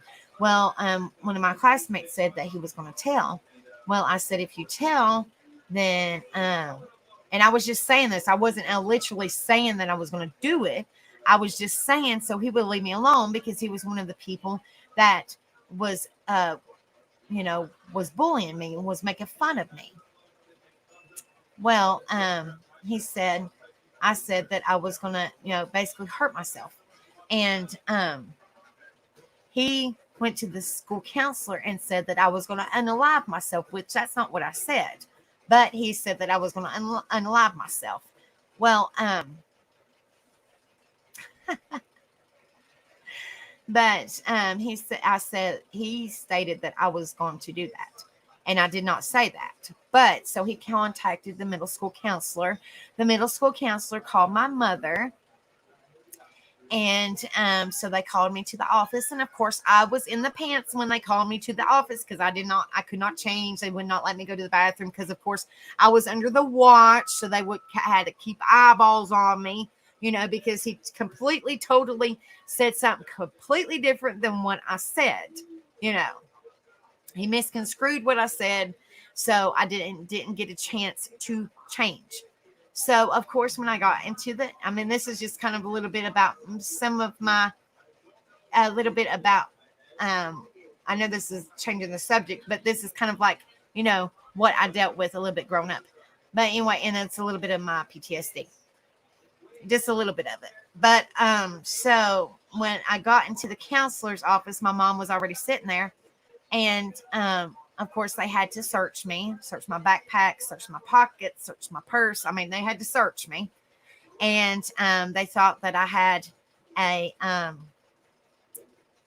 something to hurt myself in my pocket. It was just a pencil and lip gloss, But so when I got home, my mom told my sperm donor. And so, needless to say, it was not a good day in the neighborhood for me. Let's put it that way. It was not a good day in the neighborhood for me. It was not a good day in the neighborhood for my mother, when she didn't know anything about it. But it was not a good day in the neighborhood. But so I told my sperm donor, if he did not let me wear pants and try to be like everybody else, because I kept on being bullied and made fun of, that I was going to do that. Even though I wasn't, I just said it because I was sick and tired of being made fun of. Honestly, I was sick and tired of being made fun of. And so, I think it was 8th or 9th grade. He did. My mom didn't. My mom was still wearing skirts. He let me wear capri. I know y'all know what capris are. Capri blue jeans up until I graduated high school. Now, mind you, this was in the wintertime too. Capri blue jeans that come up above, like a little bit below the knee. That's what I was allowed to wear. I was not allowed to wear pants. I was not allowed to wear shorts. That's the only thing I was allowed to wear was capri blue jeans because of what I did. And I told him I was over getting made fun of and bullied because these people made fun of me because at that time I was a preacher's daughter. So I got made fun of, I got bullied. They put me on a high pedestal, kind of like these self-centered people. It wasn't me, it was them. So they got, I got made fun of. And so that was my story. That was a little bit of the start. Actually, not really the start. My started when I was a young child, but that didn't help. When I got to middle school, I got made fun of and bullied, and also in elementary school. But it was worse, of course, in middle school. So that's a little bit of my story, a little bit of my PTSD story, which, like I said, and y'all heard a little bit of when I was a younger child. I know we got off on subject, but I was just telling you guys, so when I turned 18 was when I was actually allowed to wear pants, shorts, whatever I wanted, basically. So I always wanted a pair of bell bottoms where they're kind of snug, not too snug, but real flare at the bottom, actual bell bottoms, the real flare that cover your shoes, both sides. I've always wanted a pair of bell bottoms. My mom told me I should, like I said, I tell you guys all the time, I should have been, she says that I'm part hippie. I should have been born in the 60s and raised in the 70s and the 80s because I love the 60s, the hippie style, and I love the 80s style. Love it. So, that's just a little bit of my story, but I never really got a chance to enjoy that type of stuff. So, I mean, I know I don't, necessities come first, but maybe one day we'll be able to get some. But, like I said, I don't never, me and Rebel don't never do anything for ourselves. We always make sure that the babies are taken care of, which that's what we're supposed to do. So, but I was just saying maybe eventually we'll get us some. I've always wanted some. So, but like I said, those real flared out ones, if I could find some my size, because most of the ones that I've seen, these ladies are really, really, really, really, really tiny. They're really little, itty bitty, which I'm not judgy. I'm just saying, I don't know if they make them in fluffy girl size because because these girls are really, really skinny. So I have no idea.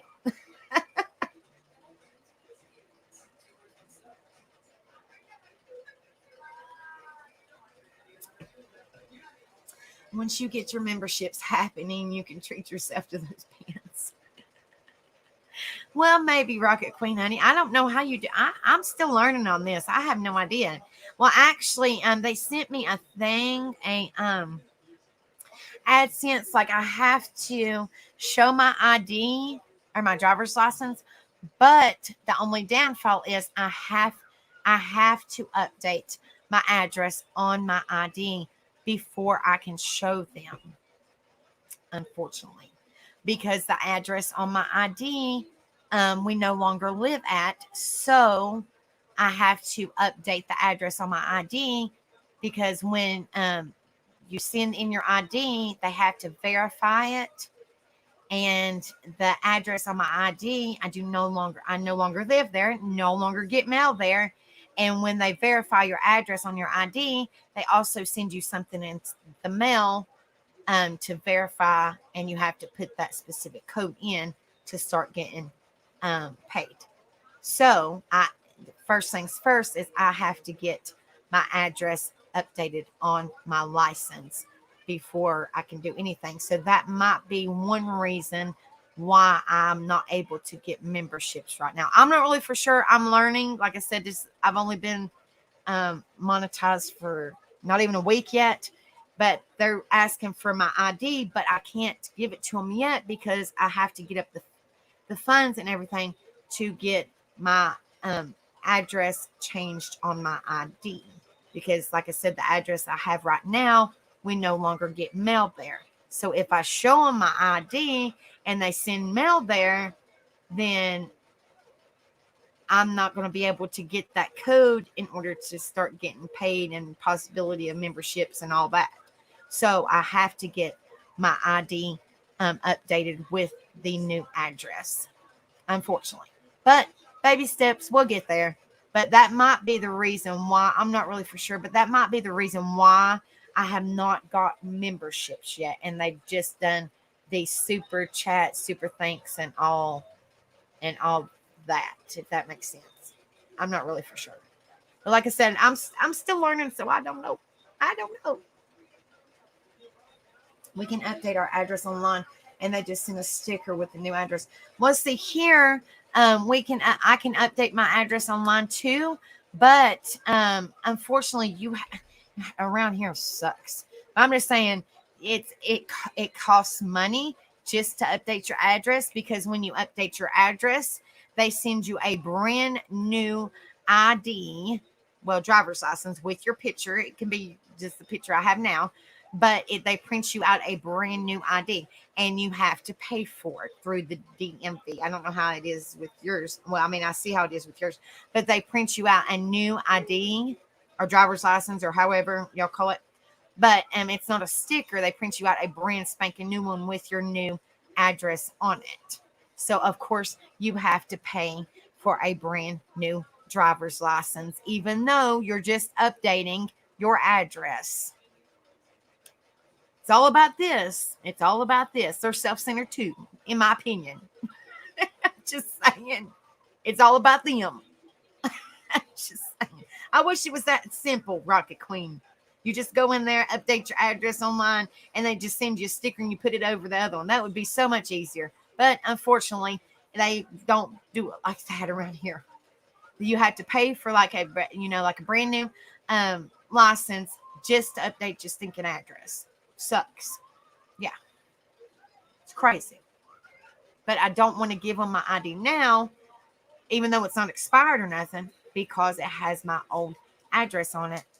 And unfortunately, they'll send me my paperwork or whatever they send you, and I'll probably more than likely won't be able to get it, or it'll be lost in the mail, and then I'll be screwed. So I'll eventually get it. I'm thinking positive, guys. Well, be safe, Rocket Queen, honey. Please be safe. I know you're driving on the wrong side of the road, but still be safe. Be safe, darling. And don't just close. Well, I can't say close your eyes if you see any roos, but just be careful of the roos in the road. Oh, Lord have mercy. Oh, my goodness.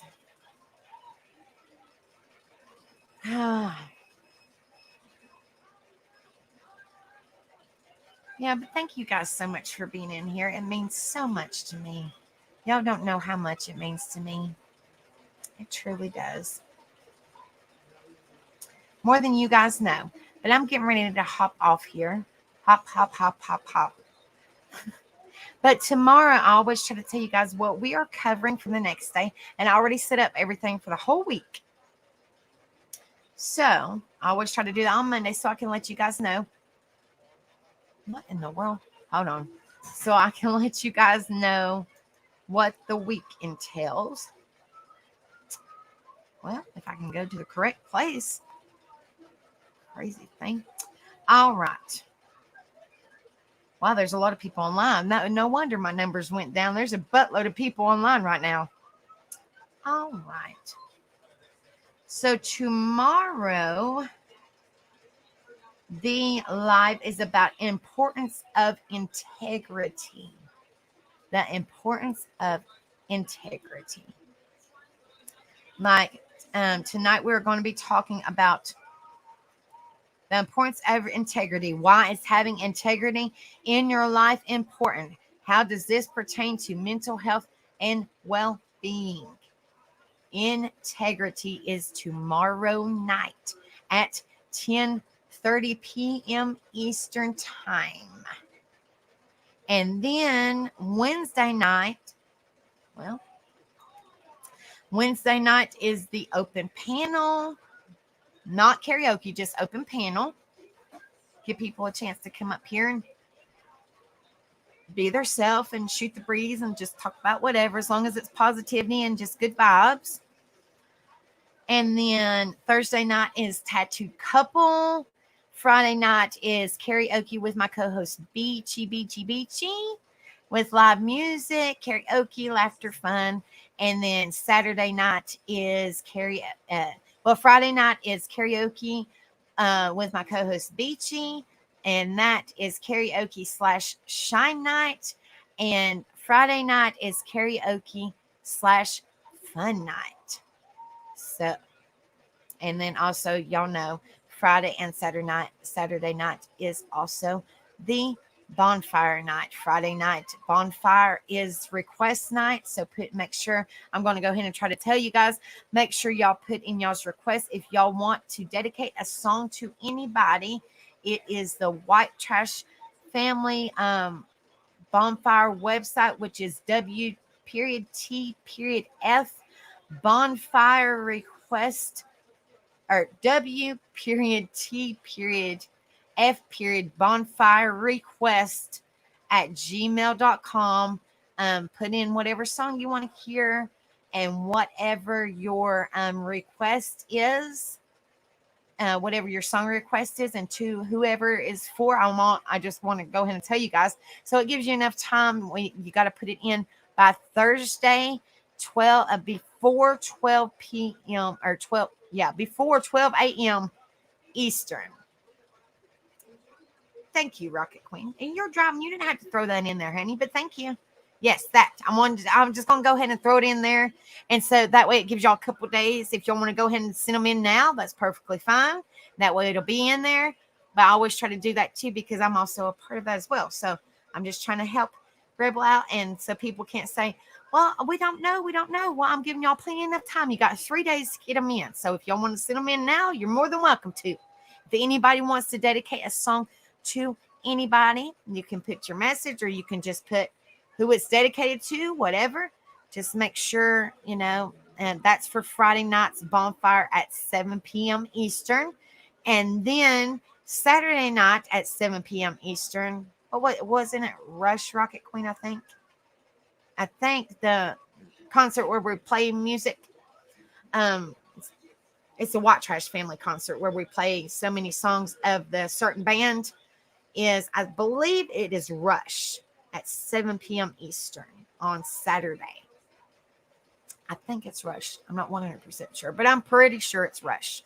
I think so. But I'm just kind of giving y'all a little bit of the rundown. And then tomorrow night, Rebel goes live for our wonderful veterans.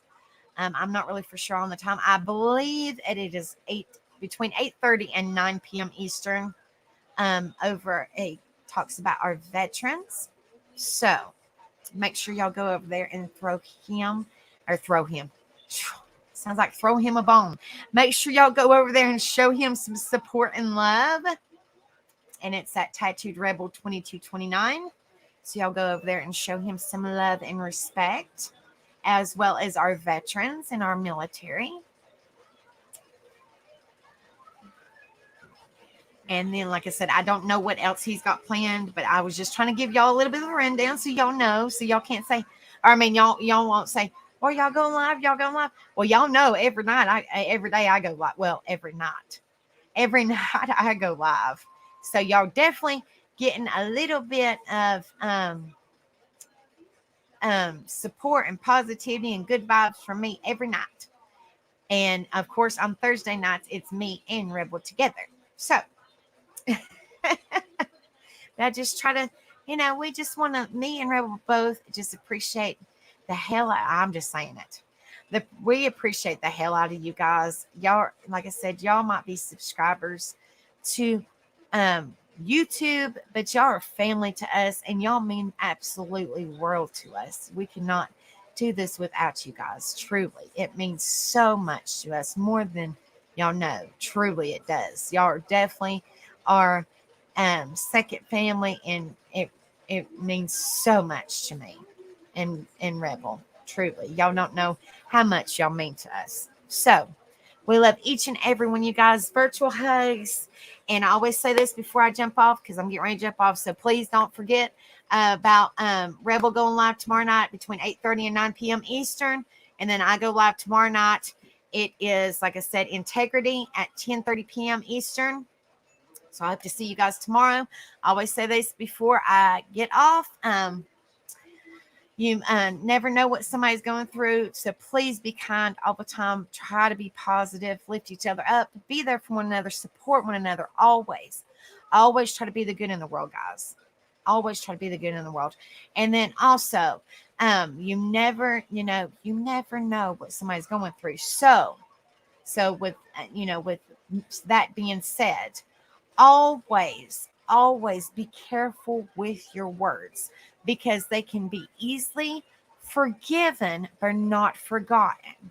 So, whatever you say, because kind of like my situation when I was bullied, even though that was in middle school, I still remember what they say years and years and years ago. I still remember. So you can easily forgive but not forget. So just be careful with what you say, guys. So I love each and every one of you guys, and I will see you guys tomorrow night. Virtual hugs to each and every one of you guys. Thank you guys so much for being in here. It means so much to me. But I love you guys. And Rebel says 8:30 tomorrow night, 8:30 p.m. It's our veterans, our wonderful veterans. And if we have any veterans in here or any veterans watching, thank you guys so much for your service. We love each and every one of you guys. You're all welcome to come in here. Please come in here. We welcome you all. Everybody's welcome. But I love you guys. Y'all have a wonderful night. And we'll see y'all tomorrow, okay? Love you guys. See ya.